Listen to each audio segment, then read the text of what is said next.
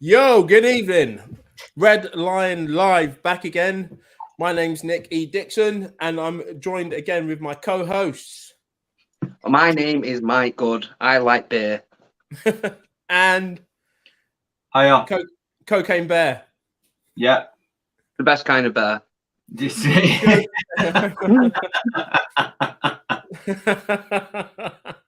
Facts. It is the best kind of bear. So if this is the first time you guys have tuned into us, go and watch some of the other stuff because we don't remember what it was. So come back and tell us what it's like. Because we get drunk and we chat about shit and we love it. And to be honest, we're probably going to do it again tonight. And the subject, the topic, the theme, what we're speaking about at the moment, The Last of Us, currently on episode 7. And we've been reviewing it since episode 1. If you haven't watched it, probably go and watch it first because none of this is going to make sense. And then watch episode 1 of the podcast up until episode 7 again, and then everything will make sense. And then you'll be well caught up. And then play the game because things will make more sense. And then play the second game because then nothing makes sense after that. Yeah. So when you finally feel like you've got a grasp in life and everything makes sense, play The Last of Us 2. Fuck your world up. It's brilliant. Great stuff. I have just downloaded it, so it's only £8.50 on PlayStation Store. I'm surprised they're not giving it away for free. It's like some Turkish whore. I have just downloaded it. Started playing it the other day, but I just got immediately bored. I was like, I'm not in the right headspace for it at all. It's like immediately. You mean you've listened to Nick? What?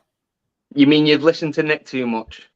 Yeah, I was just like, I don't know. I just don't think. I think you need to be in a certain mindset to play those games, and I didn't really want to re-download or replay through the first game. So I thought, oh fuck it, I'll just do the second one. Like I know the story, I know what happens. Nothing's going to be a surprise. It's cool.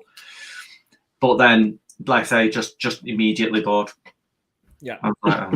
I think I only managed about half an hour and just went, oh fuck it, I'm going on something else.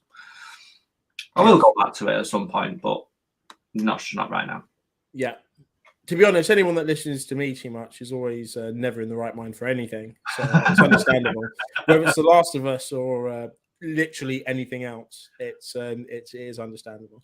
But yeah, The Last of Us 2, the game is it's great gameplay, but the story is just not for me. Especially if you love the characters, and I feel like the series is great because what it's done is everyone that hasn't played the game, anyone that wasn't interested, that now really into it because they now like the characters, they're now going to play the game.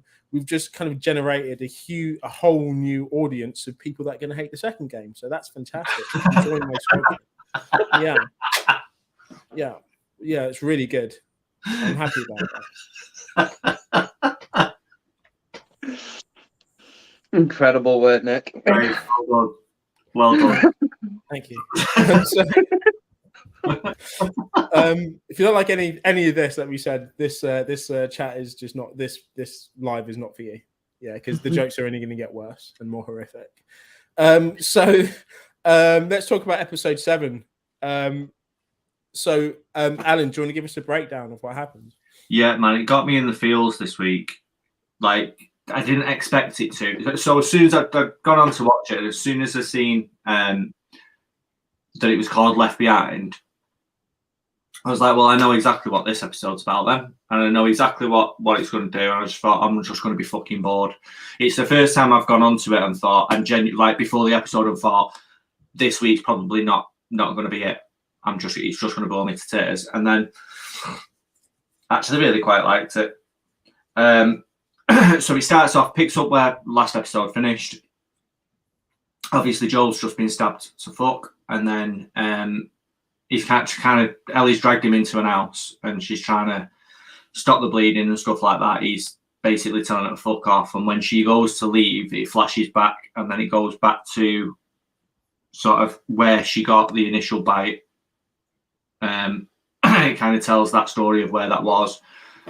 Her mate that she was training to be like one of the fucking coppers or whatever they're called. These Pedro. Yeah, them. She was training to be one of them, which we kind of knew anyway. And then it goes through like this night that she had with her best mate prior to getting bit, and it just, like I say, I knew exactly what it was going to hit. It did almost exactly as I remembered the game. Did exactly the same thing, but again, the acting was just fucking stunning. Like, they introduced a new character again. Just incredible acting. This kid who's just fucking pulled the world out and knocked out a seriously like top level performance. And like I say, to know exactly where the story was going, see that it went exactly where I expected it to go, but still not be bored, is an achievement for me for watching it. Fantastic. Mike, what do you think of it? Because you've not actually played the game before. Yeah. So you're seeing all of this for the first time. So the start, I'm surprised we left Joel that quickly, but I understand like that cut there makes the duality of what happens to the girl that she's with and Joel, who's nearly dying. Like, I understand that's why that's been put in there. Like, she's now back in this place while she's looking after Joel. She's scared she's going to lose the person she loves the most in the world, and it's only a couple of things that she can do. And that's what so I understand why the cutback was. As soon as I saw the cutback and I was like, a mall, I was like, oh, Dawn of the Dead, buzzing. Like, a bunch of infected here, sick. And then we got one infected, and I was like, that's a disappointment. I thought, but that's just me being like the horror nerd. Like, I was just like, yes, come on. Yeah. Like, it would have been so good to have like clickers in there, or more than just one runner. Just, I feel like there is a missed opportunity there. But if it is close to the game, I can probably understand why it's happened. But yeah, it's almost the only difference that I think there was with that and the game is I feel like they go into a shop and he's kind of locked in a back room which they open, and that's how the runner comes into it, I think. But I don't know, Nick, do you remember it different than that? To be honest, I don't remember there being a great deal of action in this. So I knew that this was going to be a sit-down, watchy game, and again, the story I knew about. I couldn't remember how they get bitten. I thought there was more of them, so I didn't think there was just one. I think there was knocking about.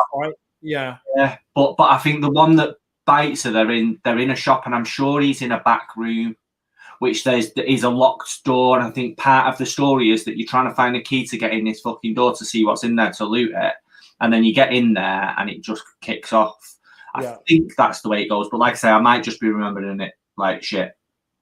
No, you might be right, and that would make sense as well. But I mean, it wasn't the horror fest that you thought it was going to be, Mike. But what did you think of what you got?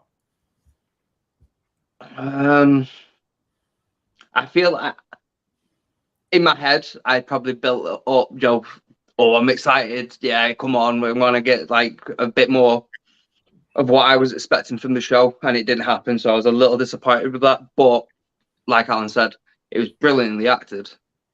Like, it was, the pacing of it was good. It didn't feel too long. It went at a reasonable pace. Like, it was enough there for you to keep you interested and not to feel like they were skipping over a load of stuff like that.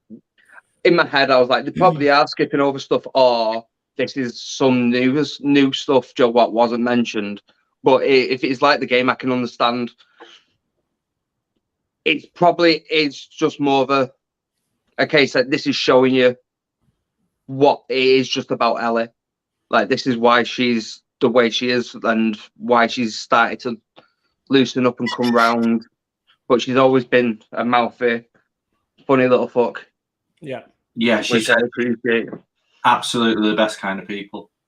Yeah. Yeah. I mean, I will say that, like, just while we're saying about the acting, I didn't feel I really enjoyed the awkwardness and the cringe between Ellie and Riley, where you remember being a kid and being into someone and it just being horrifically fucking awkward. Like, I think that was done really, really well. I didn't really get emotionally attached to Riley in terms of but I think that's probably because I knew what was going to happen. but how frantic Ellie was at the end of the episode when she's just looking for shit to try and fix Joel, that's what really fucking got me. And I was like, oh shit, I'm actually slightly emotional now, because you could feel the panic in her, that she wanted to find something. And I know, like I knew he was like, she was gonna find something, because obviously I know where the story goes, and like I knew she would get there. I thought it might take her somewhere else, but whatever. But I still really, really fucking felt it. What about you, Nick? What did you think? Because this isn't the first game, is it? This is the DLC to the first game. This is the DLC. Yeah. I thought I'm gonna stand with what I think. I felt like it shouldn't have been put here, especially knowing how many episodes we have left. I feel like this would have been a good one to keep for either just one in between the games or the start of season 2.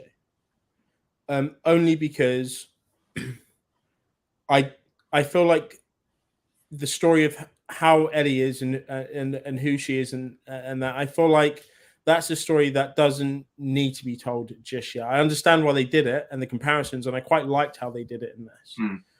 But from what we've got coming up next, again, it just take this episode. I'm going to get to the story in a moment, but just in regards to the story, for what we're coming up next, it just leads me to believe that what we're going to see next is going to be a little bit just kind of more of the same. You know, the intenseness, the action sequences, the horror, the things that I was really looking forward to in this series, I'm now coming to terms with are probably not going to happen. I feel like they've gone away from the action, the actual gameplay of the game, and gone with more of just the cutscene stuff, and they've made a film out of that. Which again is fine, but I feel like the balance of the two made the game what it was. I feel like we're missing a lot of action. You know, when we saw the bloater, great, that was fun. Again, not enough of it. You know, when they crashed the car, good, not enough of it. And I feel like coming up and what happens with Ellie as well next, without spoiling, but there is a lot of talking in it, and I think there was a lot of rapport and trust and such going on with what does happen next. And I know that once again we're only going to get the kind of really intense scenes in the last kind of maybe 10 minutes of it, and for me, and then we've got the last episode and what happens there. Again, there needs to be a lot of dialogue in that to understand what happens next and what's going to happen going forward. So I've, as much as I did enjoy watching it, I think they stuck to the DLC really well. There was a scene that they cut out that I really enjoyed in the game, which again, I thought I can understand why they did that for the sake of television, but for me, it was a magical scene in the DLC. And I'll get to that in a sec. But again, it was well acted. Like Alan, I really knew what was going to happen. It didn't really hit any kind of emotional cause for me, because we all know that my heart is like ice and it takes quite a lot to kind of break through this. And again, it was just, I knew it was going to happen. I wasn't particularly asked with what happens. I thought it was important more that, why they're showing this, and the fact that people, I guess, will now go, okay, right, we understand why Ellie is like she is. But I feel like, once again, there should have been more told to it. I feel like maybe even the end of the next episode that happens, they could have told that story. But I don't think it was necessary. I feel like what happens, what we're actually watching, that is more important. Like, I would rather that the DLC, that episode be cut out completely, and us get like another episode of just pure action or horror, which features in both the games. There's a scene in the game where Joel falls down this kind of lift shaft and his gun gets stuck. I might have told you this before, and you fall down and you're at the end of this basement and it's just for the clickers. And you just need to sneak. You can't fight him, you can't do anything. You just need to navigate yourself around, to kind of go meet Ellie because she's by herself. And And for me, that would have been a great episode. It would have been incredible. Like the tenseness, the horror they could have done really well. They got all the elements for it. We know that they can capture the scenes well. We know these guys can act. And to be honest, there's not a lot of talking, because he can't make a sound. To have an episode what's the thing where you can't talk and all the creatures will get you? Quiet Place. Yeah, like A Quiet Place. Yeah. So like an episode a bit like that. Just a full episode like that, just featuring Joel trying to get out of this place. I'd rather that than the DLC, just because it's not just emotion and talking and tears and anger and this, that, and the other. It's more like a soap than the game. And again, it's good. It's well acted. There is a feeling of threat there, but I feel like it's not enough. Not enough of it. But sorry. Just because it just popped into my head, but you know where that episode would have fit perfectly is as a second episode to the Sam and Henry storyline. So if we had that, him in a mine shaft, even if it's with Sam or Henry, or both of them, sneaking their way through, and Sam being deaf as well and using mine and stuff like that, that would have further emphasised the silence of the episode. Yeah, and more time with those characters. And then the payoff in the next episode, which was the episode that we got, would have been far greater. Yeah, absolutely. Yeah, perfectly there, and it'd have been a really nice pace change as well. Yeah, do you know what? I would have absolutely loved that because not quite what happens in the game, but they still stuck to the kind of features, but using that and building up the relationship at the same time. 10 out of 10. They couldn't fuck that up. It would have been amazing. It would have rivaled episode 3 for me. That, and it's and again, like I said, it's not a feeling of like I'm not disappointed in the episode, nor do I feel like I'm kind of mad at the series, because I still think it's good and I still think it does hold true to the game. But the things that I want to and in the ways of like the actual story and what they have to do, because it is basically the game. But I just want to see Joel kicking ass a lot more. I want to see him, killing a lot more of the infected. I want to see more clickers all over the place. We've seen them once. I think they featured again when they came out of the hole, but they wasn't, at their prime. I just want to see them with just them and the clickers, a whole episode. And I said this the last time. I said the annoying thing about this whole series is that it's not that I want to see less of what I'm seeing on the screen, is I want to see more of it. I want it more. Give an extra half an hour to the episode if you have to. I'll watch it. But then that's the most frustrating thing, and it doesn't give you more. It just kind of gives you these kind of bites, and then and it gives you, and even just the dramatic pausing, or just the walking, or the looking, or the thinking, or whatever. I feel like get rid of this stuff is good, and it builds a kind of tension, but it's all drama. It's all for drama. It's not for action. It's not for horror. And all these elements, drama, action, horror, all of these elements are what makes The Last of Us, not just the drama. And I feel like they've just taken out, perhaps, but the drama is core. It's like the heart of it. So they've just taken out the heart, but you need the rest of it to kind of, to build the whole foundation of The Last of Us. And I feel like they've just they've taken the heart, but you miss the rest, Having said that, there was a scene in this. I wasn't mad at the last episode. Again, I watched it. I think I was even like on social media whilst I was watching it, so it didn't have me gripped, because they were just doing what they're doing. I know a lot of it is them talking in their rapport and running around the shop and looking at lingerie, making fun of Ellie and shit. It was fine, but there was the one bit that really stands out for me in the game is when they're actually in the arcade. There's no power in the arcade. There's not been any for ages, and they find like the same kind of, I don't know if it is Mortal Kombat, but they do find an arcade machine, and it doesn't work. There's no power. So he was like, "There's no point in playing this," and mate's like, "No, I can see it. You're there. You're playing, this amazing enchantress, and she's fighting this horrible demon." And Ellie closes her eyes, and basically she envisions what they're playing rather than sees it on the screen. And so you in the game need to press, back and circle and X and Y and stuff, but you can't actually see what's happening. You can't see guys fighting. You're just kind of, and she's just describing it to you. And she's like, you've blocked, you've jumped, you've kicked, you've done this, that, and the other. So they're using their imaginations to play the game. For me, that was like a scene that hit hard because I was just like, this is stupid when you, and then eventually you really do get into it. And it's like, you can see the game in front of you just from what they're saying.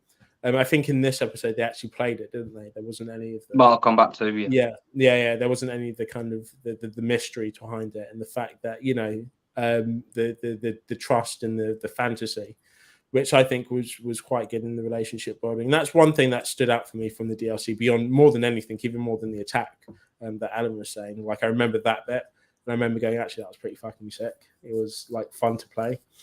I don't say I was disappointed in that because it would have been quite hard to do on the screen. I think people would have just been bored because when you're playing the game, you're physically doing it, so you're interacting with this. It's what makes it fun.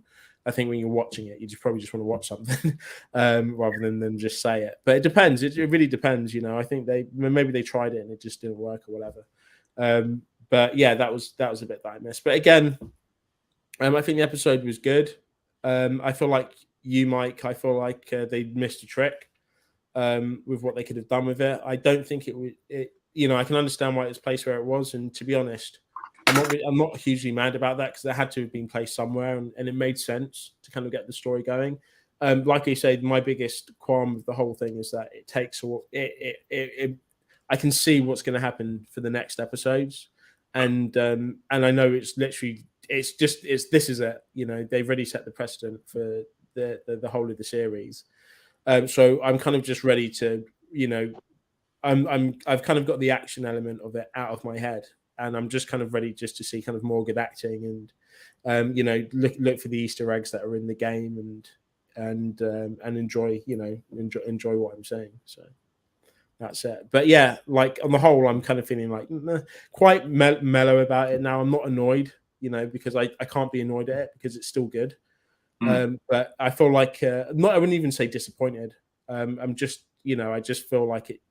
I feel like, it's more of a shame more than anything. I feel like they have missed a trick with a lot of things, and I feel like they should have just gone the extra mark, I reckon. And I feel like for the second game, not to spoil it with you, but the second game's a lot like that. I feel like the second game has a lot of emotional dialogue in it. The action sequences are better than the first game.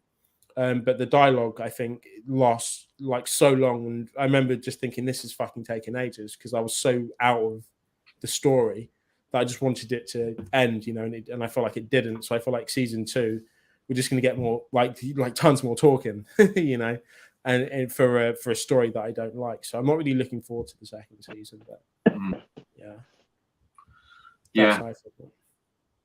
No, that's fair, I think I'm really worried about next episode because when we first started talking about it at the beginning of the season, the next episode is what I've been waiting for and what I really don't want them to show out. So I think on the first fucking one that we did of these, I'd said that there's a bit in the game where I really hope they don't shy away from it and they just take it back and they've got the balls to actually do it properly. Next week should be fucking horrible. Like if they're going to do it properly, it should be almost uncomfortable to watch. Or actually, not even almost. There should be parts of it that is uncomfortable to watch. It should be fucking horrible. But I don't think they've got the bollocks to actually do it.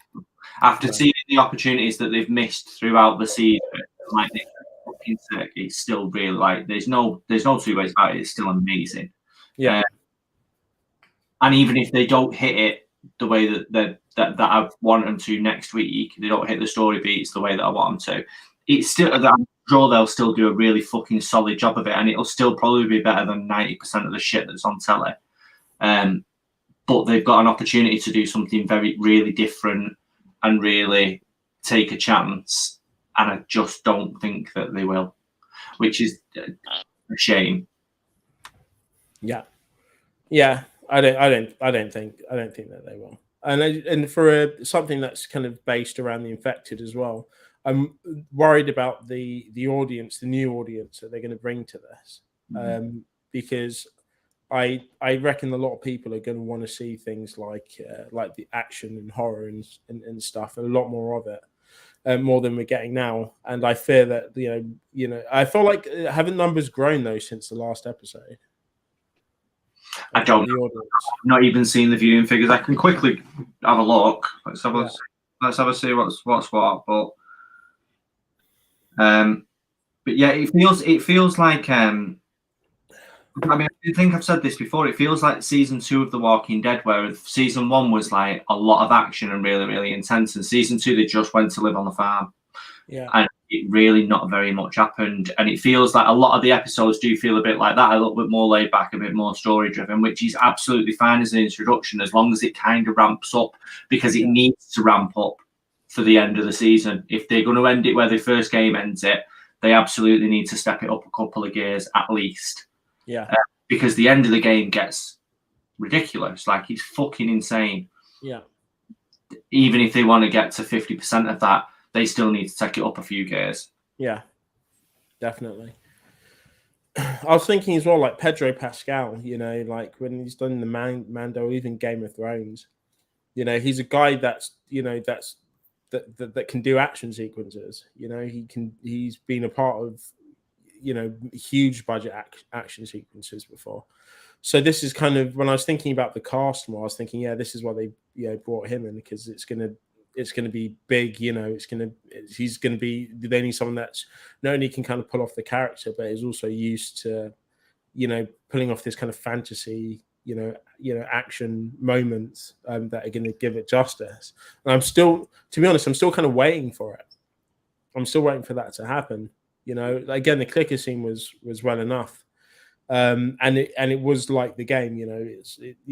Time wise, you just kind of hide and you fight them. And to be honest, if you did it quick enough, it would probably be almost the same kind of time. It might be quicker in the game, and that it takes to defeat them. But there's just more happening. There's just like loads more happening in the game, and I just that's it. That's mainly it. I just want to see him shoot something properly, or like kick the shit out of like a whole bunch of people. This is just who he is. Like the fact that when he was talking to his brother, and he was just made him, the panic attacks and things like this. That it was kind of at that point I was like, yeah, but it's not the same Joel we're getting at all. This guy is going to be a lot more passive. Like the first Joel wouldn't have fought a guy and then got stabbed. He'd have fought 10 guys and got shot 3 times. I mean, yes, I think like he doesn't get stabbed, does it? Does he not get pushed off a balcony and land on a spike? Yeah, that's it. Yeah, or something like that. Yeah, or like he fights a guy and he smashes off it or something. Yeah. Even when he gets stabbed, like it's the worst way to get stabbed, because it's Joel. Take it. Yeah. Like he literally got impaled on a big fucking spike. Yeah.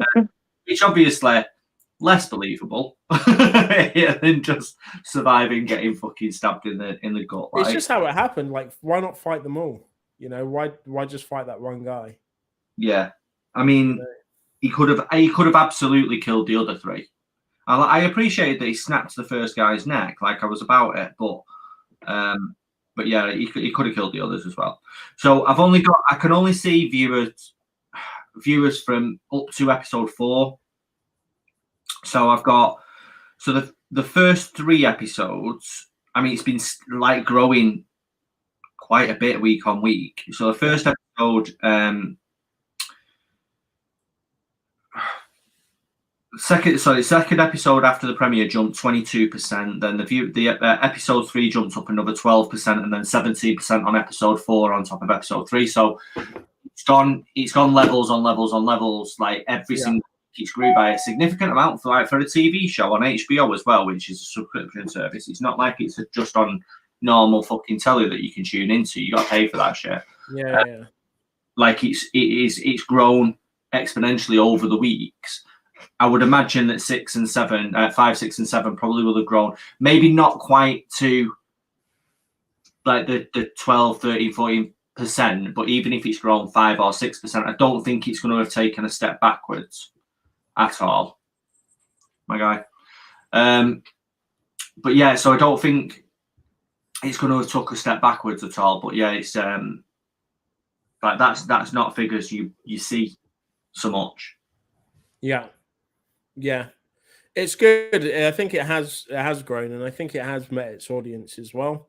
I mean, you know, I was online. Naturally, there was going to be we was expecting the waves of the fucking garbage dumpster basement dwellers that were hating on this because obviously of the people just calling it woke rubbish or this, that, and the other because of the Ellie kiss that happens in this. And once again, as we said from the first episode and second and so on going forward, to all those people that probably just need a bit of education and just need to kind of wake up a bit, they can all suck a dick and die doing it. Because this is what happens in the game, and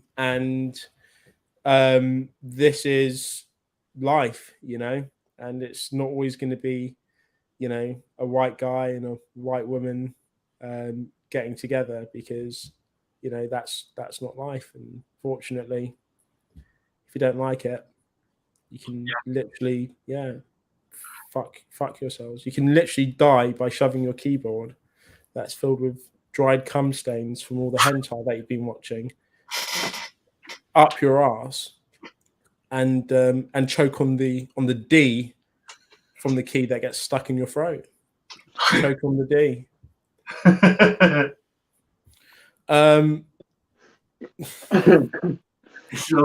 There's something not right. So again, well made, yeah. I mean, everyone needs a decent amount of Pedro in their life. Yeah, life isn't always straight. Facts. Everyone's pan anyway. That's Vicky, by the way. I think we guessed that.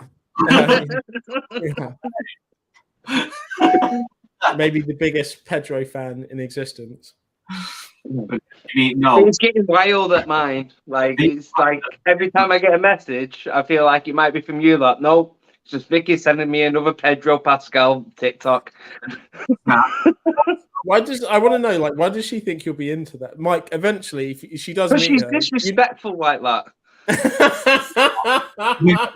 You're both misconstruing what's happening here.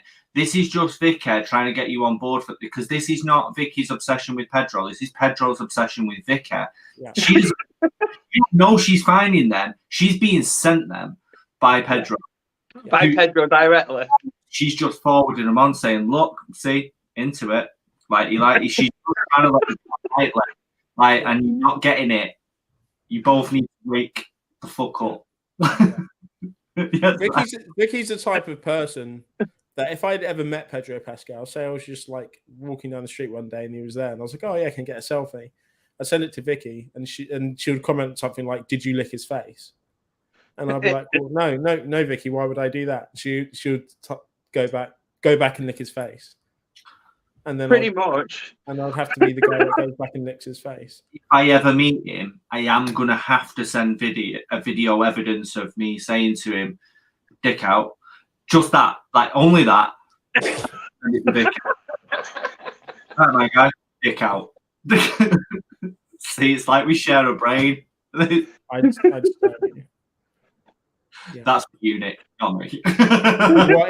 If I ever met Pedro, then she'd stab me. Like if he, like my life is literally on the line. If he dead, walk down the same. Like his face, maybe both. Maybe you just get stabbed either way. Yeah, just don't meet him.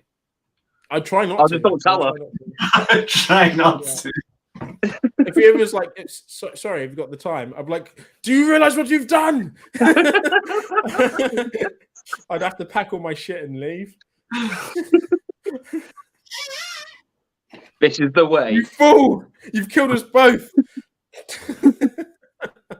It's just that it's like the Mando sort of oh fuck, what's it called? Saying. Yeah. Whatever. That is in a more important word. Yeah. It's like that, but for everybody else, and he's allowed to show his face, but none of us are allowed to see it. All right, yeah. He takes the helmet off only for Vicky. Wink, wink, nudge, nudge. Right. So I don't know if that made sense. I just heard helmet. So I can never meet Pedro.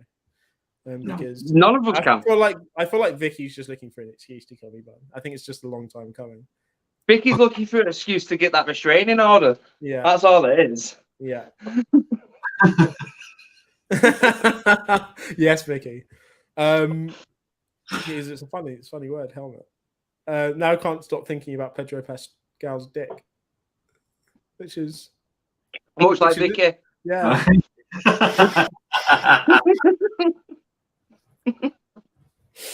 How does this make you feel? I feel like we should do a documentary about this. And I was just like, disrespect is my good. It would just be like black and white. It'd just be black and white photos of Pedro Pascal. Pedro Pascal, a proclaimed actor, brilliant in the scene. Some people call him the father of the internet, but they're victims of Pedro Pascal's fame. Husbands that have been forgotten and lost to the ether. No one's caught. You might have misunderstood the phrase "daddy." That's not the father of the internet. Daddy of the internet. Daddy. To be fair to Becca, I feel like she was on Pedro's bandwagon well before everyone else. Like years ago, innit? But not before she was married. When everyone else was like, that guy's okay, she was on it. That was it like vomit. That was the dick out time, the famed dick out messages. Yeah. And she was married at that point. That's what I'm saying. Oh yeah. Yeah. In fact, that would be one of my interview questions. How does it feel knowing that you'll always be second best to your wife? Do you mean to Pedro? Oh yeah. How does it feel? Wow. I wouldn't. I can't even tell you. I drink too much to know how. Like that is the only reason I've got a bar. It's just to self-medicate, so I don't think about Pedro doing my wife. I feel like it's not like something that really needs to affect you, because everyone's got a list, haven't they? Everyone, like, there's always a list. It's just that I feel like there's a list and there's obsession. Like, we have a list, we put it away. We don't intend to ever meet these people. We don't send our partners TikToks on a daily basis of the person that they desperately want to shag.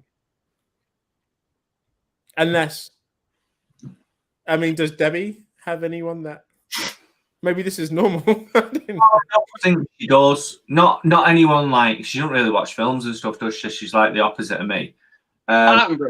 She just has lists of real people she wants to share. Yeah, she's just got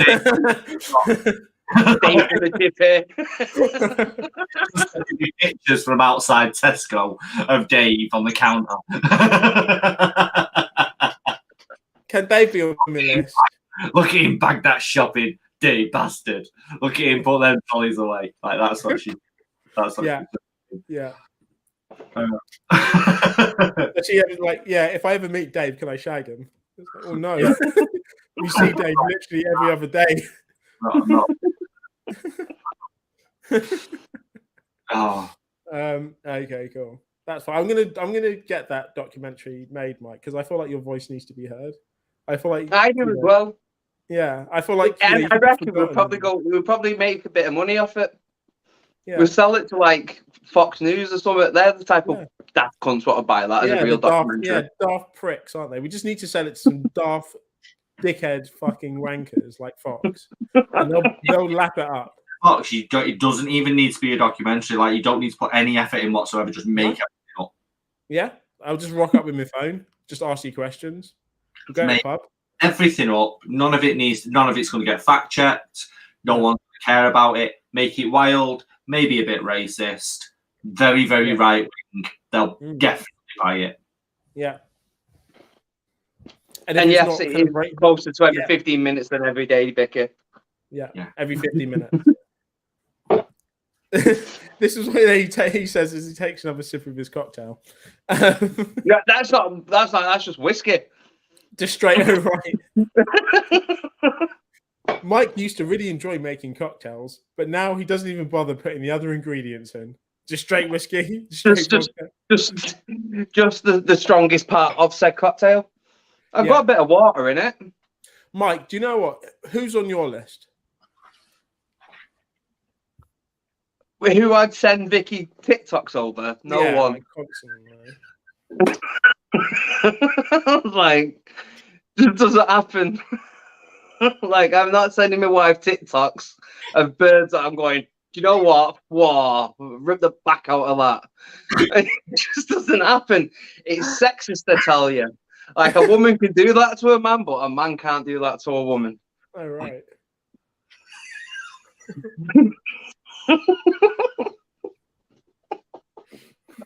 Right, what's your list? Like Christina Hendricks is up there for me, but Vicky knows that, but I don't go on about it. Right. Who's that? For Mad Men, and just being a redhead with a very nice figure. Oh. Right. I think we should make this happen. What? Christina Hendricks. Yeah.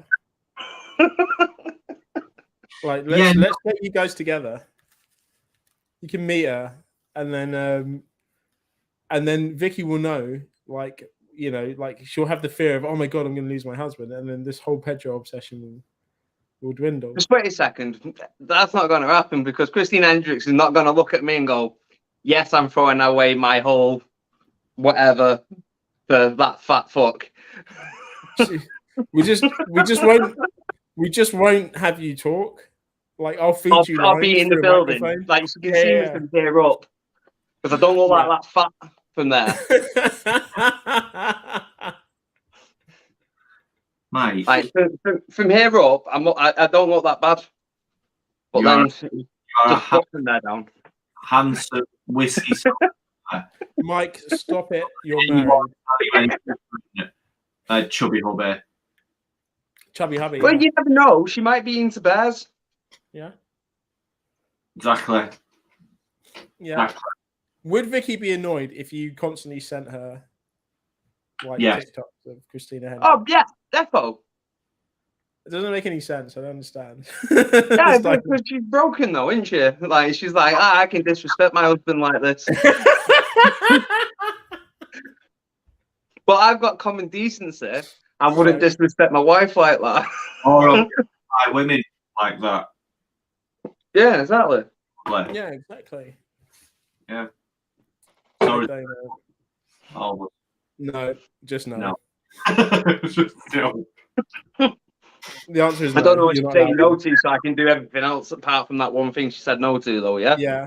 You can't do the one thing. You can't do the one thing with a lady that she's doing to you with Pedro Pascal. But you can do over and over. You can do everything else. Yeah. Yeah. Just don't send her the pictures. That's all. Just do the obsession. Just don't make her. Yeah. Just don't tell her about it. Just watch all the stuff that she's ever performed in. Yeah. On slow-mo. Yeah. Why don't you do it, Nick? Have you just why don't you do it for Mike? What do you mean? Like just to randomly send Vicky messages of Christina Hendricks. Just periodically throughohout the day. Everyone can do that to me if you want. Yeah. Everyone who's ever watched this. Yeah, everyone watching this. Yeah. I'll leave her number in the comments below. Just feel free to send what you like. You know, not just pictures of Christina Hendricks. Just whatever you. Whoa, dickhead! Not anything. All of the bitches. Then, if you really want to, I know really how to piss her off. I'm not going to do that, but I know how to. What would you go on then? If you, well, you started, so you want to say it, so you know because I know what. Really, but I love Vicky. But if I really, really wanted to piss her off, I would just send her the Thomas the Tank Engine theme. Oh, Alan, you do know what you're getting back. I know. She's going to send me pictures of Kane. It's fine. For fuck's sake! Oh right, okay. This is the old chat thing. Okay.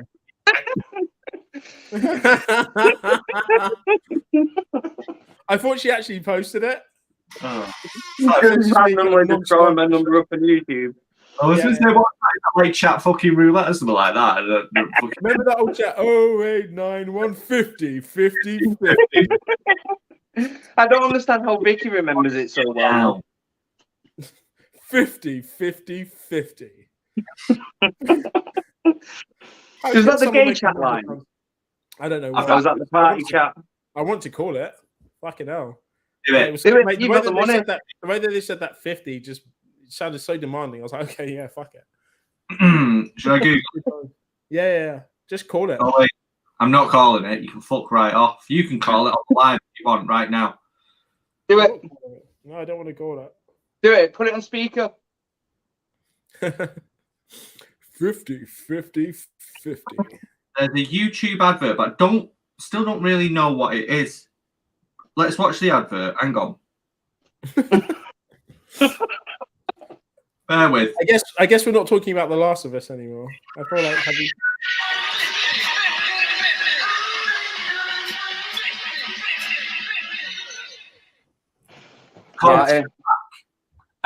that's it. Call chat back. Oh, 891 50. Like that's it. That and then raving. Right, what else do you need to know? Just call the fucking number. Sorry. Surprise. Yeah, I don't know what it is. That's literally all it says. It gives you a chat. I'm assuming maybe it just links you up with someone. Don't know. Yeah. That's a pizza place now. Yeah. It's just the most unfortunate. Like, they've sold 0 pizzas, but they get like 1,000 calls a day. Yeah, but all the pizzas are John. It'll be a really unfortunate name to just have. Like, it's like we'll give you the phone line for free, and just have to use this number. Oh, brilliant! This is great. So about to put an Italian accent, and I don't know why. Then realised. Yeah, I then realised. I was like, oh no, it's me, Mario. There it is. Let's just talk because we're actually supposed to be talking about films, and because Mike's brought that up with his, fairly edgy rendition. Hey, I'd argue that is the campest version of Mario you'd ever heard. Do it again. It's me, Mario. If you can see, I'm doing this with my hand and everything. Oh, yeah. Fuck off.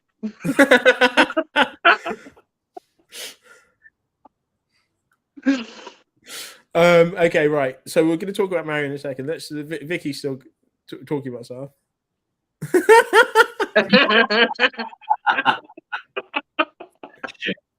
Wrong. Got on speed dial.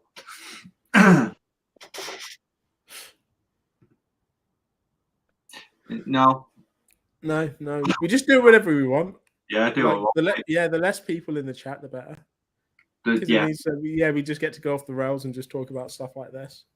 Do you want to come and sit in here, Vicky? It's easier than sitting in the other room on the chat. No, she's too busy watching that Pedro Pascal documentary. And by documentary. I mean the picture of him on her phone. Just every scene he's ever shot back to back. Yeah. Top 23 and in buffer. Yeah. We do like Pedro though. Episode dialed real quick. Yeah, exactly. Let's talk about Mario. Why? Is anyone? Why not? I mean, yeah. Al, you've got kids. Are any of the nippers looking forward to it? Well, it's Chris Pratt doing the worst Mario impression I've ever heard in my life, because it's still sad. If you're playing Mario, you really shouldn't sound like you, but you absolutely know that is Pratt. Yeah, immediately.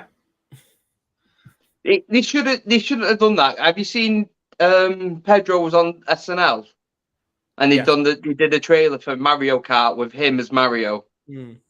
That's the film I want to watch. I think Vicky might have sent it back. course you did. Like, no shit, though. Because it looks better. Oh no. Oh, Lovesick isn't sick. she's got that Pedro Pascal fever. Oh, Disrespect on disrespect.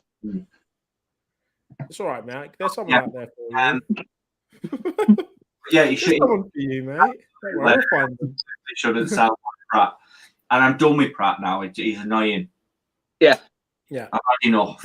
Having said that, is anyone looking forward to the next Guardians? Then? We haven't spoken about that. We've seen the trailer. Trailer's out on the red line picture. Unless they kill Star-Lord, I'll watch it. I mean, I'll watch it anyway. Drax is gone. Rocket's going.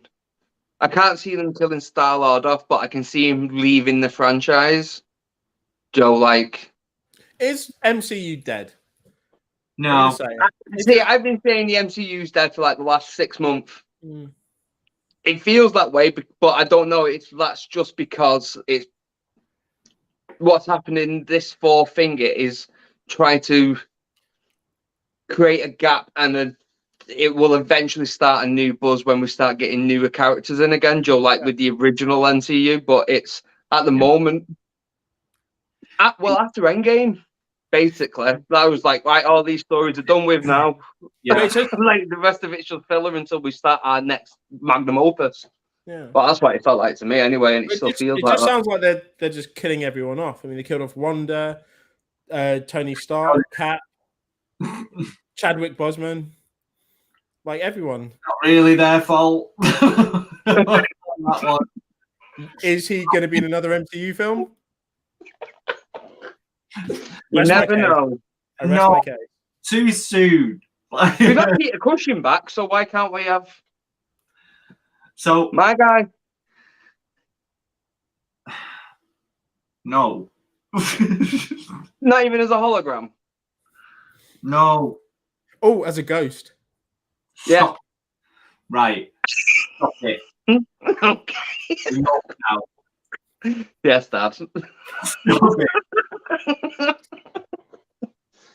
I'm just saying, if they want me to believe in ghosts, we'd have him back. Marvel, do you accept the challenge? Exactly.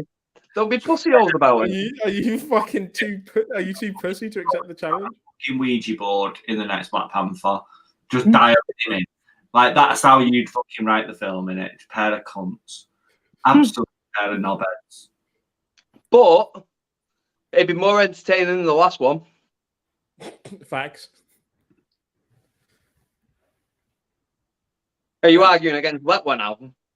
Well, I really liked it, so yeah. Well, like I said last week, I'm not gonna argue for it. I'm not gonna tell everyone they need to like it. I'm not gonna say go and watch it. It's amazing. It's because that'd be lies. Because it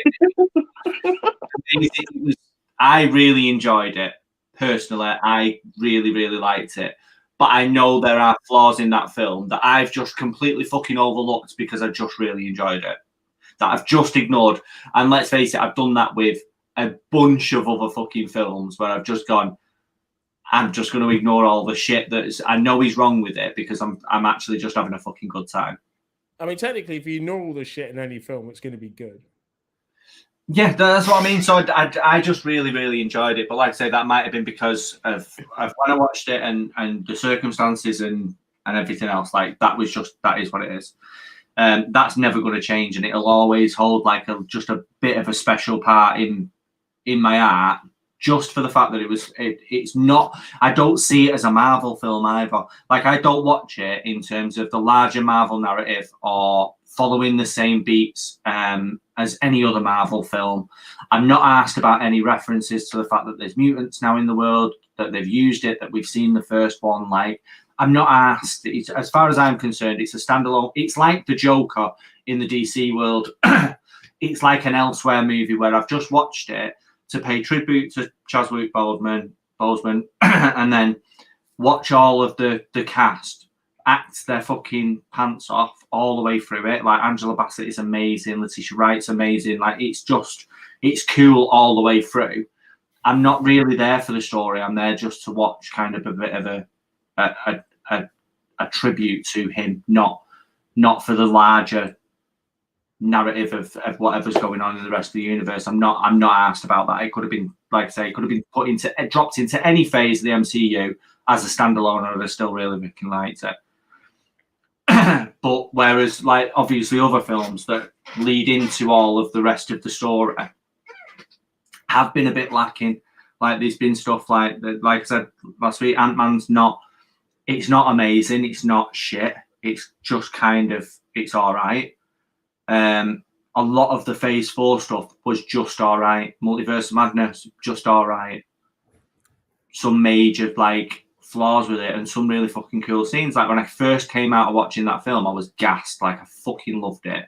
Watched it on a repeat and was just like, oh God, I don't know what I saw in this the first time. I think I was just so happy to be in a cinema again with actual people watching a film that I was like, because it weren't long after COVID and everything started to open up again. It felt like the first sort of major project that I'd gone to see. And I fucking loved it, but I just got overly hyped for it. Sure. But there's a lot. I feel like it's fallen flat. I just, I was looking forward to seeing what they were going to do next. But I guess, because if you think about like Captain America, the first one, and the first Thor, and, I mean, these weren't amazing films. No. Second Thor, it was just, they were kind of, even the first Iron Man. The first Iron Man was good, but it's not amazing. I enjoyed it. It was when the first time I saw, Robert Downey Jr.'s Iron Man. I was taken by it. I loved the character. It was great. And then Iron Man 2 came out and Iron Man 3. And it was just like, no.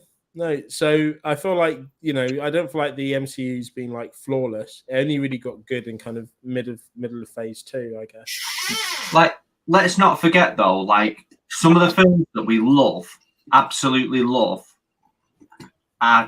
we love them because they were different, because they were a departure from what a standard superhero film would be. So like the first Ant-Man, where they shrunk the story down, it was just a heist movie. The first Doctor Strange, the second Captain America, which was an espionage film. Greatest one. Even Guardians, where they did like a space opera and it was kind of like a prison break film. Like it was completely different. It was a new spin on it. And I feel like what they've tried to do in Phase 4 is introduce a load of new characters, which they did it.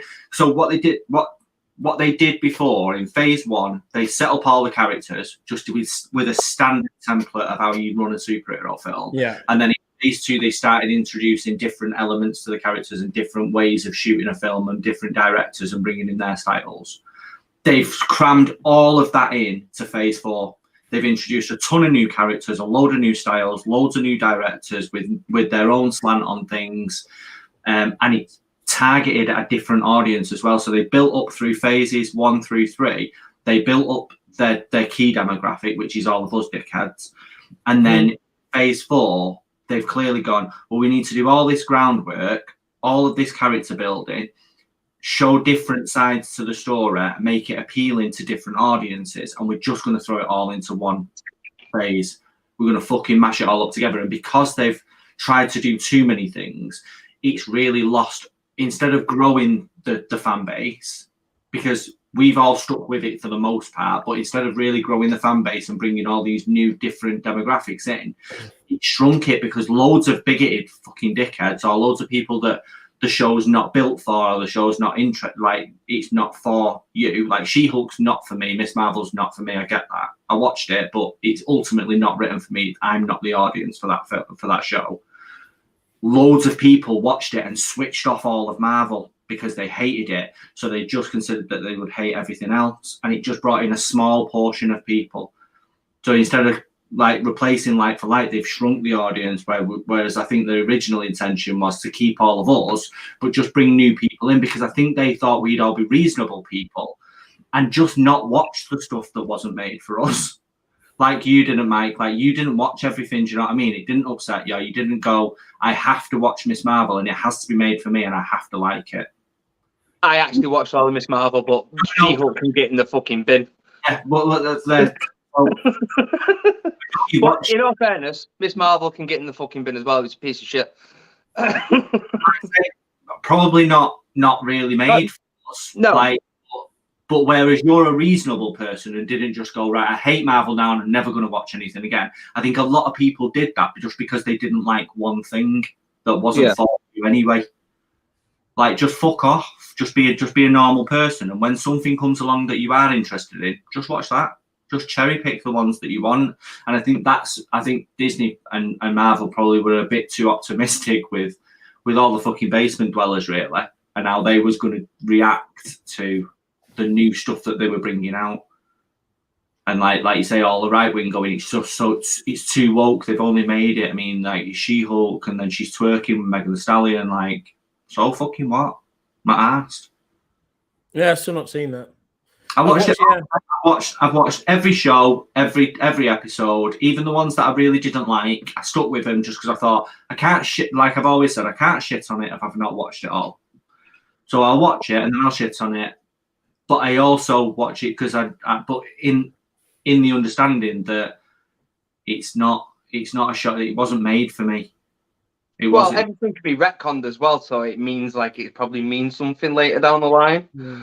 Yeah, I mean, but that's part of the issue. Like, I feel like the MCU phase 1 to 3, you kind of had to watch every movie that was out because it was all building up to something bigger, and so you needed to know who these people were. So for me, it was important that I did, whether there were films that I liked more than others. But the at the end of the day, it's not any of the what you describe as woke stuff, or that's put me in. It's just the film itself is just poorly, or the series just poorly made. It's just doesn't have any of the heart. I look at most things that I look at when I'm watching a movie. The story is really important, but I always look at it from a production point of view. And if it doesn't look good, I'm taken out of it. I can't, because if something's cut too early, if the scenes don't make sense, if it's choppy, if they sped things up, if the CGI is looking like more compact, the original in the 90s, I can't. I'm taken out of it. I can't enjoy it, especially for now, because there's no excuse for it. It's just lazy. That's simply it. This had to have been edited and patented, and it's just lazy at the end of it. I feel that when it comes to the CGI and the way stuff looks in the MCU, I feel like they're putting too much stuff out, so stuff is being put out not completely fine-tuned or like it was originally. Like they're trying to hit dates so they can make the most profit instead of putting a film out and making sure it's all right and everything first. But I feel like that's a big part of Disney's weakening of the MCU, especially since they started putting out so many TV shows as well as films. Yeah, it's like you say. I think in terms of the visuals, they've definitely gone quantity over quality. Like that's probably something that I didn't say actually I didn't notice it, which is a major fucking plus when I watched Ant-Man. Is it's fucking stunning. Like it's really well done. The CGI is lovely. I don't remember there being any parts of the film where I was pulled out of, because there's been, even with Multiverse of Madness and stuff like that, there's been certain parts of it where I've been pulled out where I've gone, oh, that doesn't look quite right. But with Quantumania, like there wasn't any of that I can remember. Like from what I can recall, it was lovely. Like it looked really, really good, and they've obviously took quite a lot of time making that film. It's been on the cards for a while. It shot like a good 18 months to a year ago. Like it's been going a bit. Do you know what I mean? They've done a lot of work on it, so it would make sense that, and it shows that when they take a bit more time on it, they can actually get it looking really fucking clean. Whereas some of the other stuff, like some of the She-Hulk, it looked dog shit. Yeah, really, like the CGI looked really, like in terms of that against what I could do, it's light years away from. Do you know what I mean? So I can't really slag it off because there's not a fucking prayer given all the time in the world that I would ever get anything to look like the worst scene of She-Hulk. But when you've seen everything else, it just compared against everything else that's come before it. It looks like we took a 10-year step back in terms of computer graphics. Which is again, but it's not like it's like again, there's no excuse for it. I feel like if it's not good, just don't put it out. Yeah. Or delay it. Right. Especially with these type of shows where, like, I would imagine they're not, finishing editing like before, like the day before each episode goes out. I can imagine that it's all finished and ready to go before even the first episode's out. So why are you not making sure it's not completely perfect before it airs? And if you have to put it back, you put it back. Yeah, it's because if Disney wanting to make the most amount of money by keeping stuff to a certain like calendar. Yeah, because if like what you were saying, Al, is they want to keep the original fan base, then they should do that by meeting their expectations. The stories would be forgivable if because let's face it, like most of the MCU productions, the stories aren't like always amazing. True. Yeah, I agree. Yeah, agreed. Like the stories that was the disrespect before Pedro, by the way. I mean, when he accidentally leaked his own dick pic, I've never seen her so happy. Now he's at your wedding. It's the fact that he could wear it like a watch.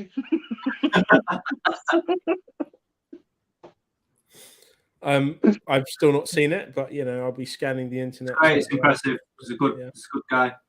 Yeah, good. He's a good guy. Good meat. Good guy. Yeah. Right. Hit the jackpot on everything, really. There. That's our Chris. Just. Got weird nipples though. Yeah, it kind of needs to just be like the biggest piece of shit in real life, but I don't feel like he is. He seems like a really fucking nice guy, which is so annoying. Yeah. No, because like when he's acting like in Knives Out and he's a proper bell end, that's when Vicky found him the most attractive. Is there a bit of a list with Vicky? Because you started to build up. Yeah. It's not really Chris anymore, though, is it? I think. No. Chris is way down now. It's all Pedro in it. Pedro, Jeff Goldblum, and then Chris down here somewhere. Like Dan Auerbach. So it's always been Dan Auerbach. Dan Auerbach since forever. But I was just talking about actors, not just singers as well, singer-songwriters. It's not a long. It's quite picky. There's a few people. Yeah, but like I was saying, if the MCU wanted to stay true to its fans, then it just needed to kind of keep us in the same frame. Because I was saying about the stories, like the stories haven't been amazing in the MCU. With any of them, they've all kind of just got us from A to B. If you look at it, but they've looked amazing. The characters play the characters well. You believe that they're characters regardless of the story. And that's all they really had to do, like put on a good show, make it a bit of a spectacle, make the fight sequences and action sequences epic, and make the characters, semi believable and human at the same time if they are indeed human. but it just seemed like they just couldn't do that. It felt like just an absolute cash grab. And the one thing that it had really going for it was how it looked. Pedro, Kristen, Joaquin. Okay, I forgot. Yeah, because the other brother's dead, so she's just girl. One for the other one. Amy and G, we're talking about people that's on Vicky's list. Bang list. Yeah, who's on your list? Bang list. Let us know. See if you guys. But what would you call that list, Alan? If it's not bang list. It's generally called a free pass, isn't it? Yeah. Because it's a list of celebrities that you have agreed with your spouse that they can bang at you if that opportunity arises. Hey. I don't even think Vicky's drunk, but she's coming across as drunk at the moment. Made that really aggressive. Like, she's like, Hey, "Where you been?" hey, mate. Hey, mate. Yeah. Yeah, that was quite aggressive. There's no need for it. But yeah, like, Made me yeah, sad. it's quite. I'm kind of looking forward to kind of the DC stuff more than I am anything kind of coming up. So apparently, obviously don't know how true this is. I didn't read it on Fox News, so it stands a chance of being true. But so apparently there was an early screening of Aquaman 2 that people walked out of because it is the worst DC film they've ever seen. Worse than Shazam? I can't believe that. Oh, I mean, that second Shazam looks fucking horrific. Awful. Just terrible. But then the Flash looks really good. I feel like the Flash looks really good. I hate that it looks good. Yeah, I hate that it looks good, but it could be like the Suicide Squad effect, where the trailer is bangers and it's all kinds of mental and we all love it. Then we watch the film and it was like, well, that was a fucking con. I mean, maybe, but I also feel like it's probably just going to be good. Michael Keaton's in it, so as Batman, so how am I not going to watch it? Like, Keaton, I need to see it. And he looks like he just kicks for all his kinds sake, of ass. I'm Batman. Yeah. You've got Keaton and Affleck as but both in it. So Batfleck's in it as well. Yeah. Oh, okay. My guy, my fucking guy. Jensen Ackles from Supernatural and The Boys and stuff. And he played the Red Hood in an animated Batman film. Yeah, he played the Red Hood. He played the Red Hood in Under the Red Hood. Was that Jared Padalecki? No, it was John. Oh yeah, oh man. Actually, Debbie also likes him. She always says she just calls him Dean though because she's only ever seen him in Supernatural because I watched it. Yeah. So Vicky for the longest time was just a fan of the one with the Jesus haircut in Supernatural. Yeah, with the fucking Johnson, Jared Padalecki with his 1998 haircut. But he kept it for 15 years of the season. Yeah, he was definitely not the better looking of them two lads. No, he's got a long head, like a brick. Just long, like he looks like Cinderblock. The Mask with Jim Carrey. So he looks like the Mask before Jim Carrey's put it on. Oh right. So he looks like that Loki mask. So just quite. Yeah, sure. Like that's it. Like it will cover your whole face and like most of your neck as well, kind of thing. Yeah, like he's just a really long, flat. Jared Leto's a paedophile. I'm sure of it. Oh no! Stop! No! Don't! No! No! He's not. No. Nope. Yeah, he comes across like he nonces up his fans of his band. Like he definitely comes across like that. And a fake Jesus Messiah kind of symbol, in his head. Have you guys seen The Little Things with Denzel Washington? I thought he was talking about his cock. Why? Because he said the little things. Right. Does he have two? Anyways, right. Okay. Anyways, like in that tiny hands, legit. Like we didn't even say allegedly. Like no one's asked about getting sued because he might actually be a thing. Like he's not. He doesn't seem like a nice guy, eh, mate? You're absolutely too good for him. Like 100%. Lewis would be on your list, though, wouldn't he? Eh? Anyway, sorry. No, Lewis. I can't remember his second name. He was in a show that was on Netflix, and then he was in Mortal Kombat and stuff like that. Like he's an Asian actor. He's sick. Like he's really good. Has he got a square head?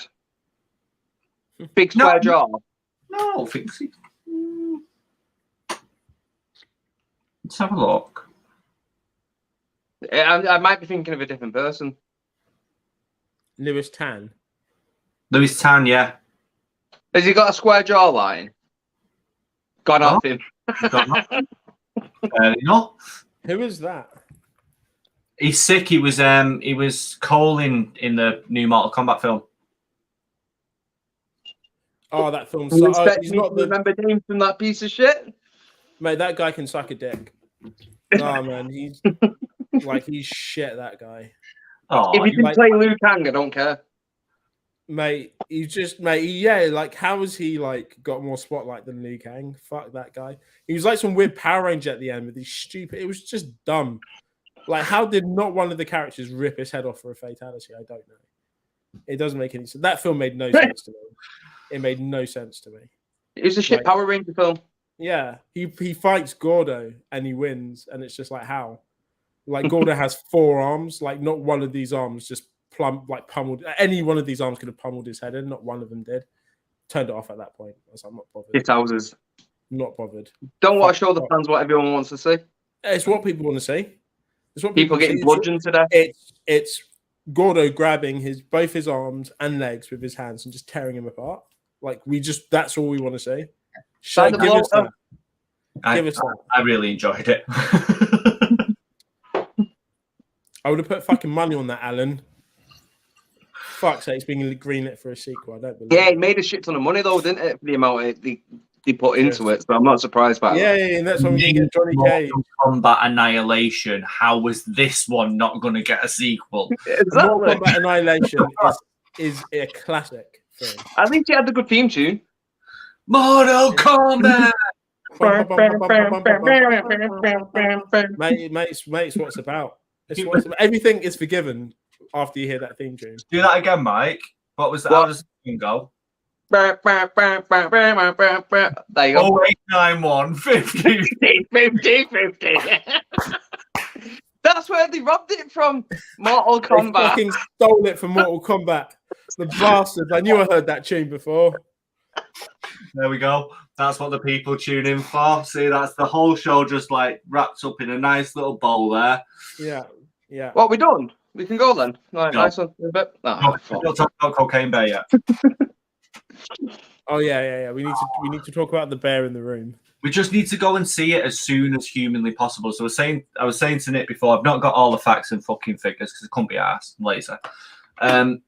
But we went. So it's actually based on a true story. I know. I've read the thing about it. Yeah. So that some guy jumped out of a plane with a shit ton of coke, smuggling it over the border or whatever from, I'm assuming from Mexico. I think that is where it was from. And then crashed, like he died. All the cocaine was dumped into the fucking forest in wherever, the arse end of nowhere in America. And then 12, 13 weeks later or whatever it was, a bear was found dead, OD'd on all of the cocaine. Like, as a premise, that's wild. Like, just as a true story, you would not believe it. And then whoever's wrote, I know Elizabeth Banks has directed it, but whoever's wrote it has picked it up and gone, but what if? What if that bear just met a few people? What would happen? And that's basically what the film's about. And apparently it's supposed to be just as ridiculous.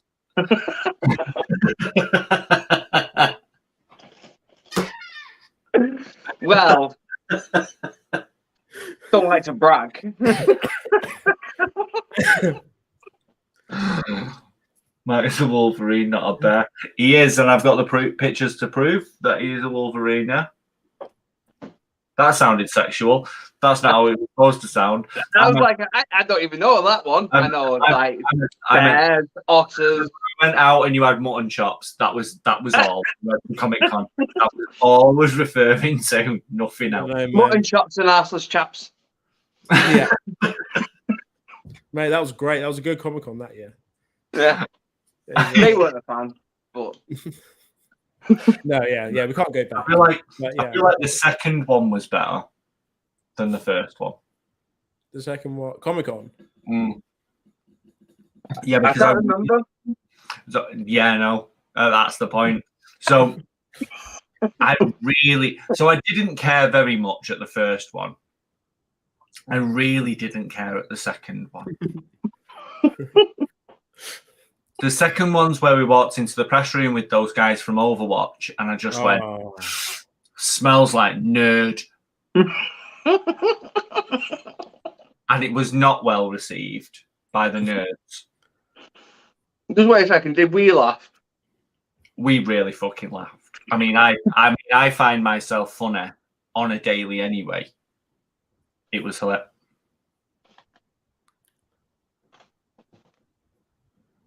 And everyone's worried about what? Go back. What the fuck she's saying now? And everyone's worried about my Pedro obsession. Yet Alan's hinting at secrets with my husband. Not gonna lie, Vic. Not a secret. Genuinely is saved in my phone as Chubby Hubby. Because that's same actually, yeah. That's what. Yeah, I don't know if you can see that. You can only see Cocaine Bear. Yeah. No, it won't show your number. It's just your name. But yeah. You mean Chubby Hubby then? Yeah. Alan's saved under my phone as something quite funny. You're saved on mine as Nick Donkey GIF, and I can't even remember what the GIF was. So it said, yeah, I know he was under mine as Nick Donkey GIF for a while. Now he's Nick, aka Dennis. Oh yeah. The Dennis system is something that I feel Nick practices. Nick is Dennis. Nick's real life Dennis. It's not. But I don't get like quite as bad. Like he needs his tools. He needs his tools vibes from Nick. Let's just move like he doesn't have like a murder kit in the back of his Land Rover. Does he not? Yes. That because he drives a fucking Citroen.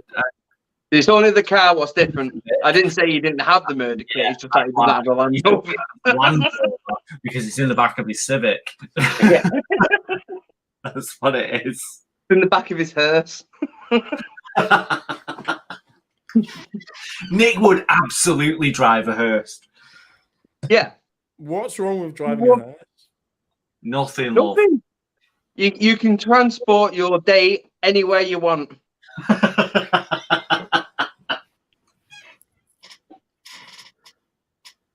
Take him to a nice, like, quarry ditch.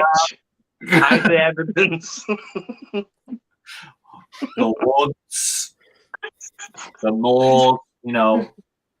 Oh, like all the usual spots, yeah. All those trendy places. Yeah. The reservoir. Oh, it sounds so romantic, doesn't it? Oh, do you want to go out for a date? Hey, by moonlight, it'd be stunning. Yeah. Yeah, beautiful. I would say the graveyard, but I've only just dug her up from there, so it's no point. Yeah, I mean, what's nicer? Don't return to the scene of the crime. Yeah, exactly. Yeah. Create new crime areas. What did Amy say before that one? Oh, I've lost track. I don't know. There might not have been any canal deaths since Nick moved out of Trafford is a funny one. Yeah. Oh, yeah. That's tomorrow. Yeah. Oh, it is, yes. This is going to be the thing I end on. What's everyone thinking? I'm absolutely buzzing. So I wasn't excited for it. We spoke about this, I think, on the group. Yeah, I think we did. Where I wasn't excited for it. Oh no, it was someone drinking at yours. Okay. Just because I felt like some of the things that I'd seen in it, I was like, that's not Mando. That's not what I need from Mando, because it was like there was multiple Jedi and stuff like that. You see lightsabers sparking and shit. And I was worried that they were going to try and turn it into something that it wasn't, because of the reaction to the end of season 2. But I don't know what that is. It's just a racist. It sounds like she's just being racist again. Yeah, bro. it sounds like it's just racism. Yeah. I might have to ban Becky. Why can't I just be the shock? Why can't I just be the shock? I don't understand. Like I have to be the black. Oh, that shit! That reminds me of Frost's battle against Black Tea. Oh yeah. When I won't mind But saying your name makes me feel a bit racist. There's no, he's only one thing. There's no one else called T. Yeah, exactly. Like, why black T? Bars. That's because Frost never lost, though. Frosted. You lost that battle. Yeah. So go on.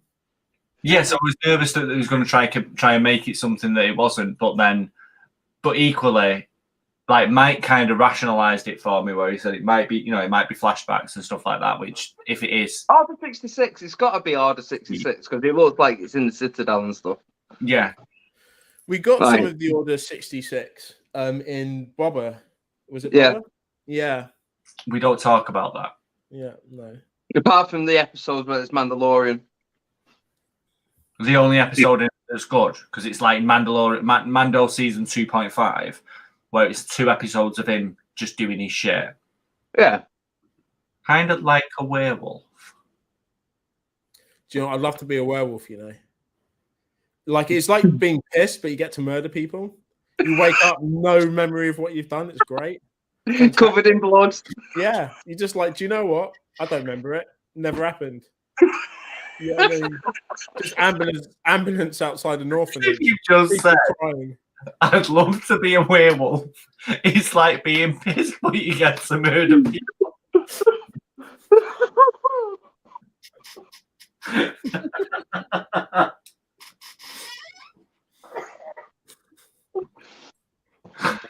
Am I wrong? Yeah, that's good. Absolutely love you so much. He didn't even think about it. He didn't think of the consequences of what he was saying. It was just out there. I say it like it is. I tell it like it is. Yeah. Like, trying to murder people and not remember. Do it. Like, yeah, that's the problem with murder, the guilt. None of that. Yeah, I mean, Spice also like that. Yeah, if I don't remember what happened, never happened. You know what I mean? Wash off the blood. Sorry. Get on with your day. Chuck on the suit. Sorry. Out and about in town. That must have been a heavy nosebleed. I'm sorry, Your Honor, but if I don't remember what happened, it never happened, actually. Thank you. She agrees now, but when I get shit-faced in like an hour and a half, she won't be agreeing with it in the morning. No. Like it should be dead. No, just because when I'm just going to get blind drunk now and start trashing the place and wake up in the morning and going, I don't remember it, so therefore didn't happen. Clearly, hurricane swept through the living room, and that's why there's a hole in the door. So. Yeah. It's not that I've tripped and gone head first through it or anything like that. No. My fault. And if you did, didn't matter. Doesn't matter because you don't remember it. Yeah, exactly. The hurricane's going to mean that you're going to have to paint again. Vicky will have to paint again. Yeah, but like being a werewolf, but that's just that because you have, like, you've decided to become inebriated. Like, I was attacked by another werewolf, and it's now an illness. No, I was attacked by a bottle of. I feel like Jack Daniel's Tennessee Fire. What he was attacked by it. Yeah. No. Jumped on his face and then rammed itself down. I mean, exactly. It's like, premeditated. Thank you, Vicky. That's the word I'm looking for. Like for me, I feel like most of like the far left will be on my side. It's not his fault. He doesn't know what he's doing. Like, you know, we need to like nurture this, and then I'll turn into a werewolf, kill them all, and still have no recollection, which is superb. Yeah, but if I don't have any recollection, how can you call it premeditated? Because you started drinking. But I can't remember thinking about it. Can we just say also that this might be the most Tory Nick's ever sounded? No, it's not, because what I do... It's not my fault. She's accused me of this. I simply don't remember. Oh, you guys. If I don't recollect it, then it actually never really happened. I'm talking about good old-fashioned murder. Do you know what I'd do, though? I would go to like the Houses of Parliament. Good old-fashioned. Mate, it's happened for years. Many years. Traditional. Part of our As history. long as you cut the uterus out like Jack the Ripper, it doesn't matter. Mate, good times. Legend, Jack. Old Jack.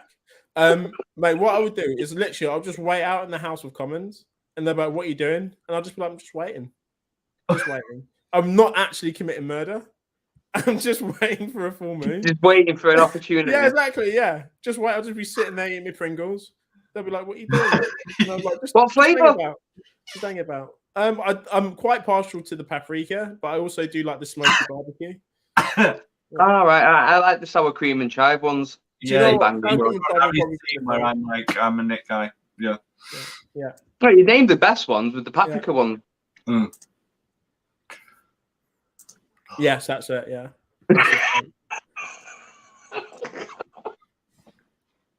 Oh, Mike's back in his 70s porn bedroom. I turned off my fucking thing behind me because it was doing me head in that half my head was cut off. So, Alan, what's Ron Jeremy like in real life? Tell me that doesn't feel like a cock. I feel like you've had. I can't. Started it, pulled out of it because he's a pussy.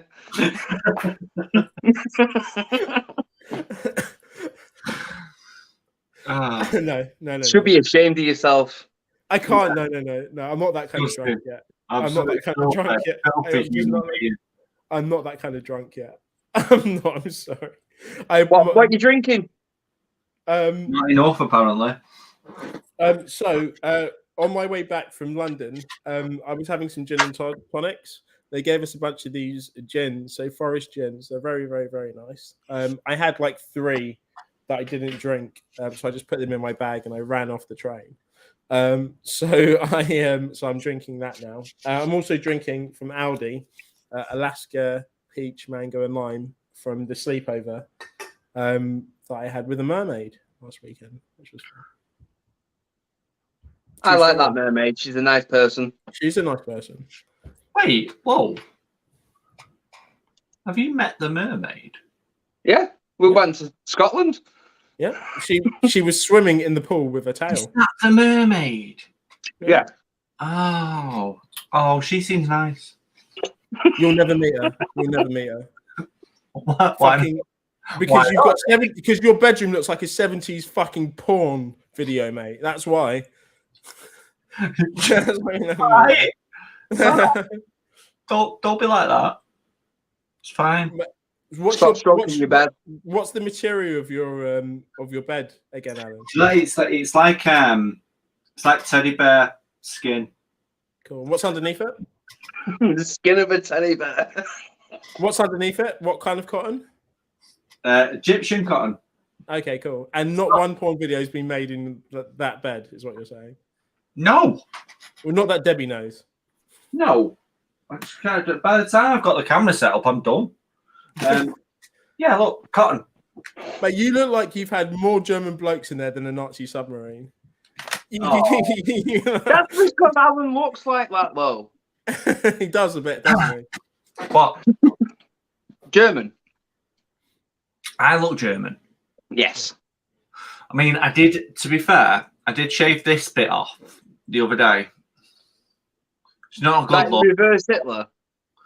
No, I was having a shave and I just fucked about and I left that bit in the middle thinking like Charlie Chaplin. Should we bring it back? Yeah, but then I thought he was a nonce, so maybe let's not bring that back. So then you thought Robert Mugabe. Shave it off. And then after that you thought Michael Jordan. And then eventually settled on Hitler. Yeah. But then just went, nah, maybe I'll just shave it off completely. Yeah. Because none of it's a good look. No. I mean, if anyone can pull off the Hitler look, Alan, it's definitely you. No, I don't think I'm blonde. I used to be really blonde as a kid, but I don't feel like I'm blonde. But Hitler, you got to remember, Hitler had black hair.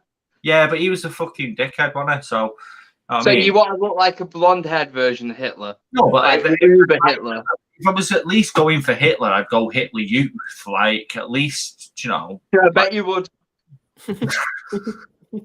What does that mean? Please explain the joke.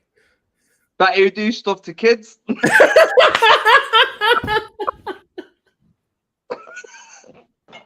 Wow. I mean, wow. I didn't say what stuff. Like teaching them how to tie knots and camp and shit. That's just as bad. Like, It's what the hit the youth did. fucking hell. And learn how to march. Obey orders. Sounding more appealing now, isn't it, Al?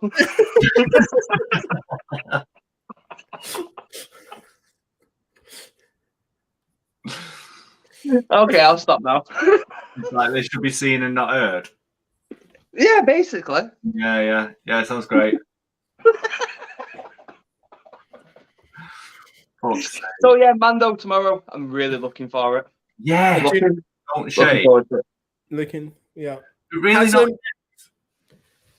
Yeah, not shaved. Has Vicky's obsession with Pedro kind of tarnished how you feel about Mandalorian as well? No, because he doesn't You're take his not fucking helmet off, luckily for me.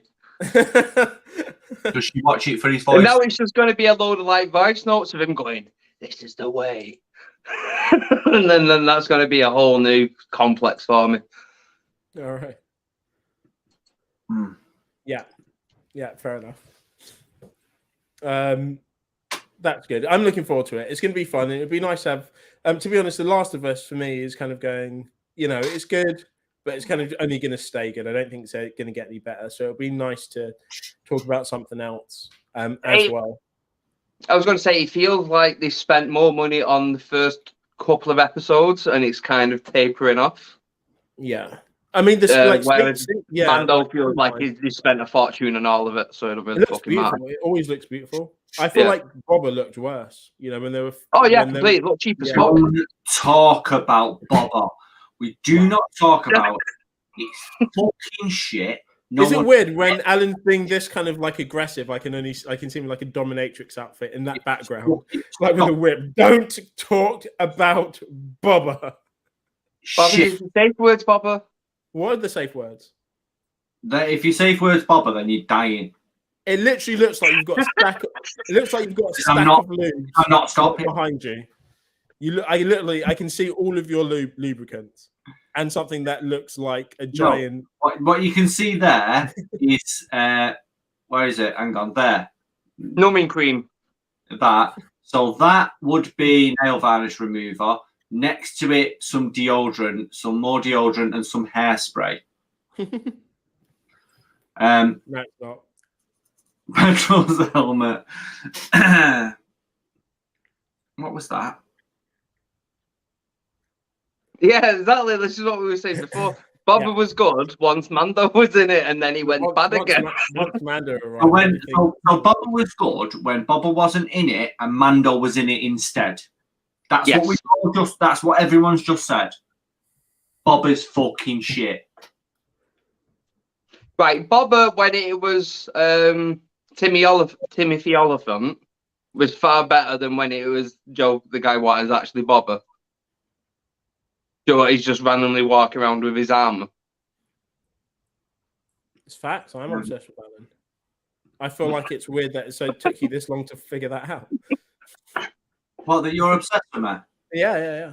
Okay, sweetheart. Like besotted. The more racist you are as well, the more I'm obsessed. It's weird. I know you like it, don't you? It really, really shocked myself. I'm starting being degraded. Yeah. The amount of times I've asked you to call me the N-word and spit in my face, it's just. I know. Nigel. Nigel. The most white. Nigel Farage. Yes. Go on, Nigel, do it. Oh, mate, no. Mate, you know how that gets me off.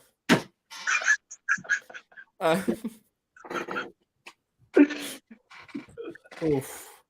Oh, no. Timmy Fulton's definitely on your list as well, isn't it, Vicky? Just remembered. Yeah. That's so fucked up, isn't it? It's like it's so messed up. I can't just watch anything and just have like a bit of respite from it because they're all in literally fucking everything these days. She likes the weird. To be fair though, she likes the weirder look. You're the most normal of her crushes.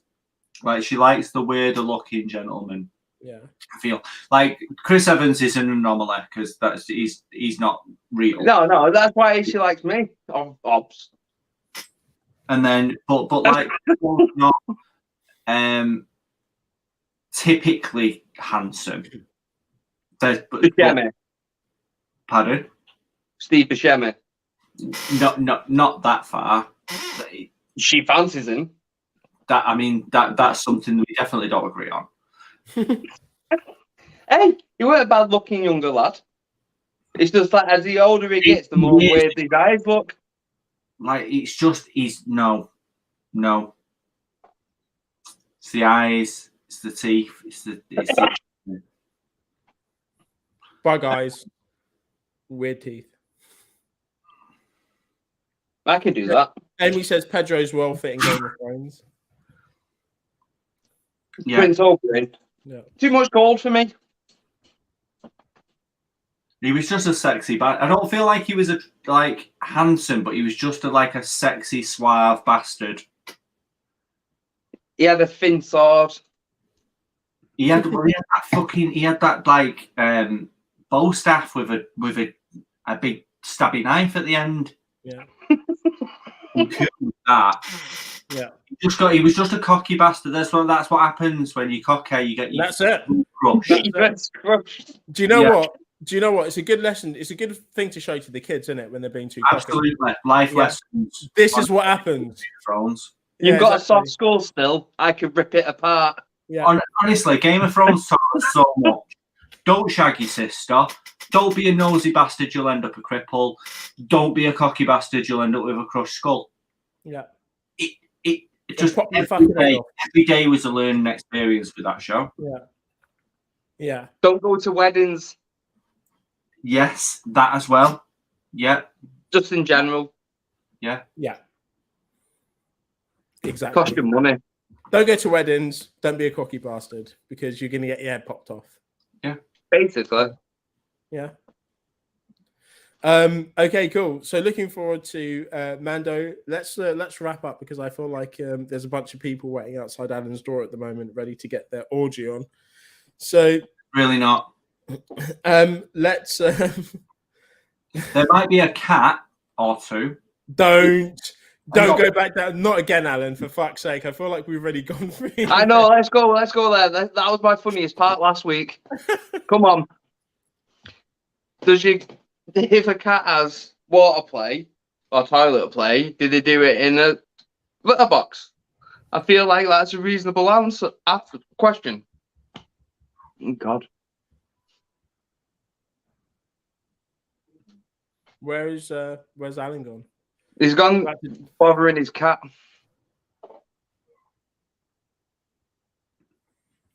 Don't be a psycho bitch on your period, or your boyfriend nephew will stab you. Let's go there. That was going to be his part last week. Come on. Vicky's just walked into the room. How have you just bypassed the fact that Alan didn't know the fact that you shouldn't shag your sibling until he watched Game of Thrones? I didn't know that. I just said that it was just a learning experience for other people, Vicky. You could have put that in the chat though instead of coming in here and trying to get on camera again. Do you want to get on camera? Nick was being too slow. Apparently Nick's slow and Alan has sex with his relatives. Why was I being too? I was being too slow at what? I don't know. Is just what she wants to mouth up about. Do you know what? A little bit racist. I feel like I agree. Yeah. Vicky was racist there. Yeah. Yeah. Go on, you can argue now. You sat in the room. What, Nick's obsession with everyone being racist against him? I'm not just racist people that call me black or whatever. Which is mostly white people. Yeah, exactly. Mostly. I heard it. Did you hear that then? What did she say? She said fucking white is. It's either that or cracker, weren't it? It was one of the two what was going to come up. What are you doing, Vicky? I want some of that. Do you want a shot glass or are you just drinking it out with that? She's still alive? Together yeah. Right. She just wants to turn be the on. camera around. Let's see. I know I'm in the pajamas without bra on and no makeup. Maybe Pedro will see it. I don't want him to see this right now. She just wanted to come drink with us, I feel. Oh, Vix. Anytime. It's the right Amy, what do you mean? What do you mean? I mean, I feel like this is a good life lesson. And Mike, I think you should probably put this on a t-shirt. Don't be a psycho bitch on your period, or your boyfriend nephew will stop. Oh, that's the Daenerys and Jon Snow story. Oh, right. I see. Ah, right. Stabby. Stabby. Yeah. Stabby, because you burnt the world down. Nothing wrong. Green explosion. Yeah. Which is fantastic. Okay, cool. So I thought I should bring this episode to a close because I think it's still quite amicable. You mean sober? Yeah, that's what I mean. It's a weird word to say with us. But that probably made it come to mind. Mandalorian starts tomorrow. I mean, I'm dead excited. You just had to mute it. Mike just recapping the episode. Yeah. Mandalorian starting tomorrow. We've discussed The Last of Us, episode 7. You're on mute. You were fucking here from the start. You watched it all. You were literally on the chat like for the whole thing. She's still rabbiting. Yeah, just wait a second. She won't fucking shut up now. She says she only pays attention when she hears her name mentioned in the chat. Wow. I can't blame her. Like, it's either that or Pedro. The only two things that get her attention these days. I walk into the room, nothing on, just windmilling. And nada. Wild. Put Pedro at the end of it, all over it. Mike, how does that make you feel? What did she say? What? How does that make you feel? Like a piece of meat. Yeah. I just get used and abused. Has she ever put a mask of Pedro on you whilst? Oh no, because it wouldn't work. That's a good idea. No.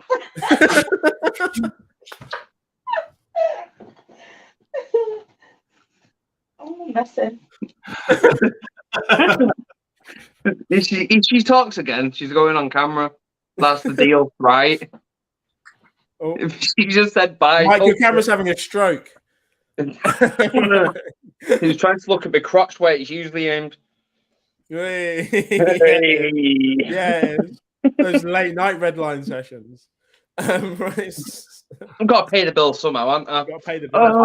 Oh, 50. How was that? That is literally the theme song of this episode. It's such a shame. Yeah. We've had some good stuff to talk about. Okay. Right. Well, we'll check out Mando tomorrow. Let us know what you're currently thinking about The Last of Us as a series on a whole, not just episode 7. Again, just to wrap up episode 7, I reckon I enjoyed it. I don't feel like we've talked about The Last of Us more than we've talked about things like Pedro Pascal. I feel like he's taken over. Yeah. But I mean, as he should, we definitely spent a good long while on Last of Us at the beginning. It's like a good 40 minutes at the beginning. Yeah. And then now we're talking about episode as well this week. Yeah. I feel like this week we didn't talk about it as long because it was a lot of wordy stuff. It was just a lot of Joe one-on-one scenes, just a lot of talking. So there's not much really you can break down from that, Joe. It's not like you have to talk about the episode with the bloater and stuff like that, and you've got the sniper scene and everything what's going on within that, and then you've got inside of the taxi. This didn't have that. It had so I'm panicking at the start, trying to fix him, snap back to reality. Oops, there goes gravity. Goes to the Yeah, Amy, we talked about it before. It must have been before you come on. The Mario Kart spoof is beautiful. I would rather have that than the Chris Pratt one. Yeah, so same. Yeah. What I was saying is, it doesn't feel like there's a lot that we could talk about, Joe, is on a scene level without going into every aspect of just monologue, dialogue, because that's what a lot of this episode was. Whereas other ones have been, this and then this and then this and Joe, what felt like it was leading to something where. Personally, I knew Joe, after it went back to, she was dying before the end of the episode. A friend, like, I knew that was happening, Joe, as soon as it flashed back. So it's not like I was caring about what was going to happen. That was what I was saying last week, where some of the stuff about bringing people in just for one episode is starting to feel a little bit redundant. Joe, because I know I'm not to get like connected to him because this it's going is to what be. you said last week. Yeah, you were saying that it's literally just starting to feel like they're just bringing on people to see them die. Yeah. Instead of actually kind of building up the relationship of these people, have them get through the series and then die. So it's a bit more of a shock. Again, it's not really the game, and it's kind of what happens. And I feel like that's part of it. It's loss, and the fact that the loss surrounding these people are what brings them closer together. But we want to see fucking zombies, and we want to see Joel. No, People get stabbed in the head. They're not zombies. Infected. And you shag cats. Fuck off. Right. So this is the end of Redline Picture. This is the end of Redline Picture. Did you like that just because I said that? Mate, like, I had pointed out some factual information. You shag cats, it's factual information. You shagging cats. Not easy. Mate, that cat in the back looks far too comfortable on the bed and is assuming the position that I can only say it recognizes too much. Do you know what? At the end of the day, the evidence points one way, mate. Yeah, really, bro. Oh, it's foreplay. It's foreplay. We're gonna go before Alan does some wild shit on. Right, love yous. Mike, Alan, Nick, Amy, and shouts out to Amy and Vix in the chat and everyone that's watching. Let us know what you think about The Last of Us. Let us know what you think about Cocaine Bear if you've gone to see it. Let us know what you're thinking about the new series of Mando and what you're thinking about the DC upcoming films, and whether you also feel that Marvel has fallen off, and whether or not you have as many people on the list as Vicky does, because that is a list. I mean, I'm not gonna lie, you recapped the episode exceptionally well there, Nick. Thanks, man. Because I listen. Surprised. I listen. Yeah, I don't. Right. Try that. See you later. Bye, Bye guys.